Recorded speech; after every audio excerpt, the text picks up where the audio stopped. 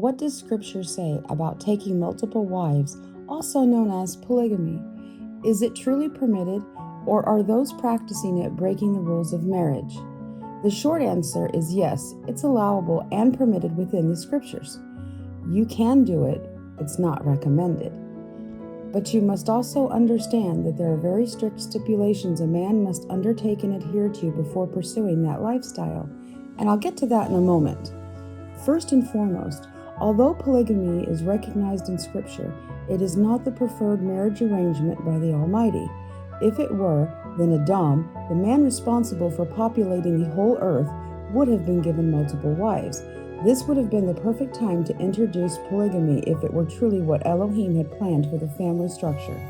After all, populating the earth starting out with only 2 people is a massive undertaking.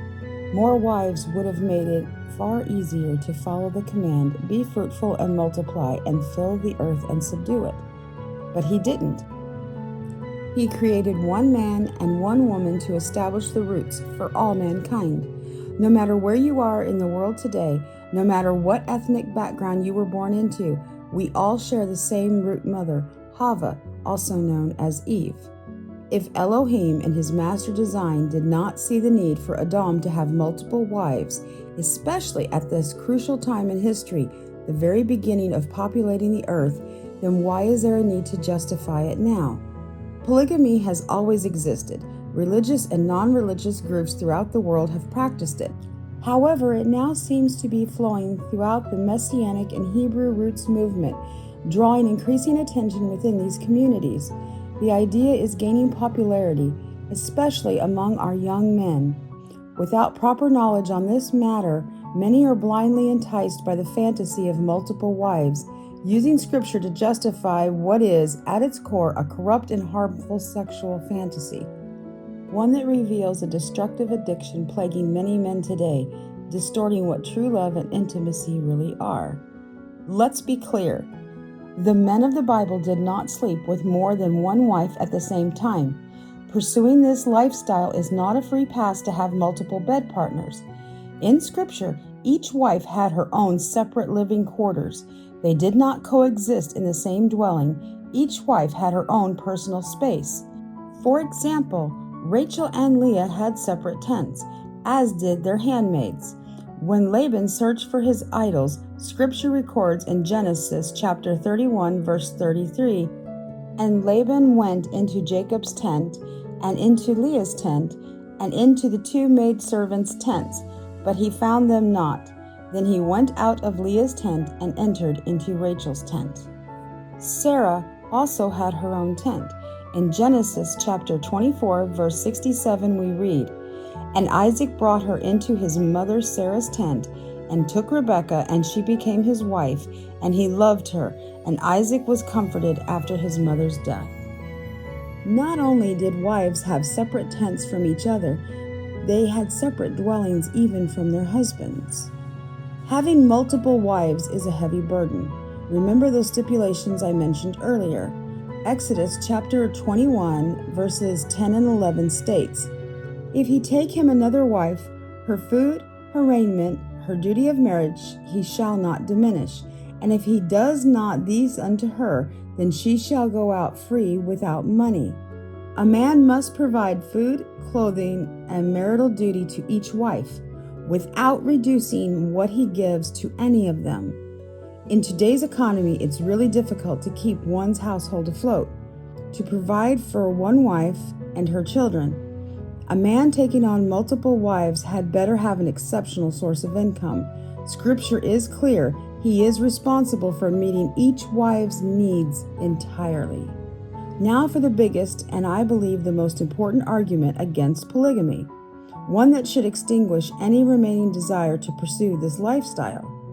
There is not a single example in the Bible of a happy, peaceful family after a second wife is taken. Not one. You will find several examples of polygamy in Scripture, but none that demonstrate unity and peace. In fact, the exact opposite. In every single instance, the wives, the children, or both were in conflict, causing turmoil and strife within the family. Sarah and Hagar, The conflict grew so severe that Hagar had to be sent away entirely just to restore peace. Hannah and Peninnah. Hannah carried deep bitterness in her soul because she could not bear children while Peninnah could. Rachel and Leah. Their competition for Jacob's attention escalated to the point where both gave their handmaids to him to bear more children. Leah felt unloved. Rachel felt overlooked. Accusations and bickering followed, with Leah accusing Rachel of stealing her husband. King David. Extreme jealousy filled his household. It escalated to the point where his own son rose up to challenge his authority as king. Solomon. He had hundreds of wives, many of them foreign. Through them, he lost his focus and turned to idolatry. 1 Kings chapter 11, verse 4 records, "For it came to pass, when Solomon was old, that his wives turned away his heart after other gods, and his heart was not perfect with Jehovah his Elohim, as was the heart of David his father." No one wants strife and competition within their own home. No wife wants to feel unloved or second place.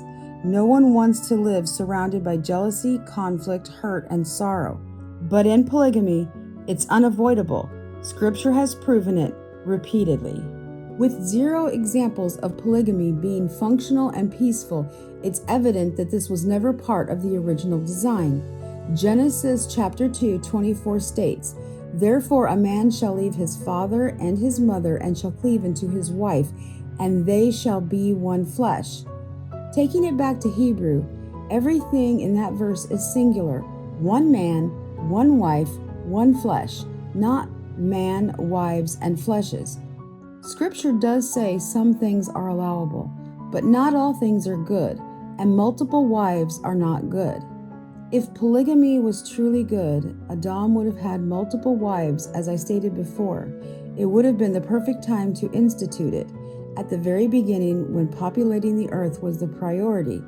You would think the more wives, the faster the command could be fulfilled to go forth and multiply. But that was never the point. It was always about unity, one man and one woman working together as a team, building a family rooted in intimacy, trust, and peace. That's the original design, and that is what Elohim intended from the very beginning.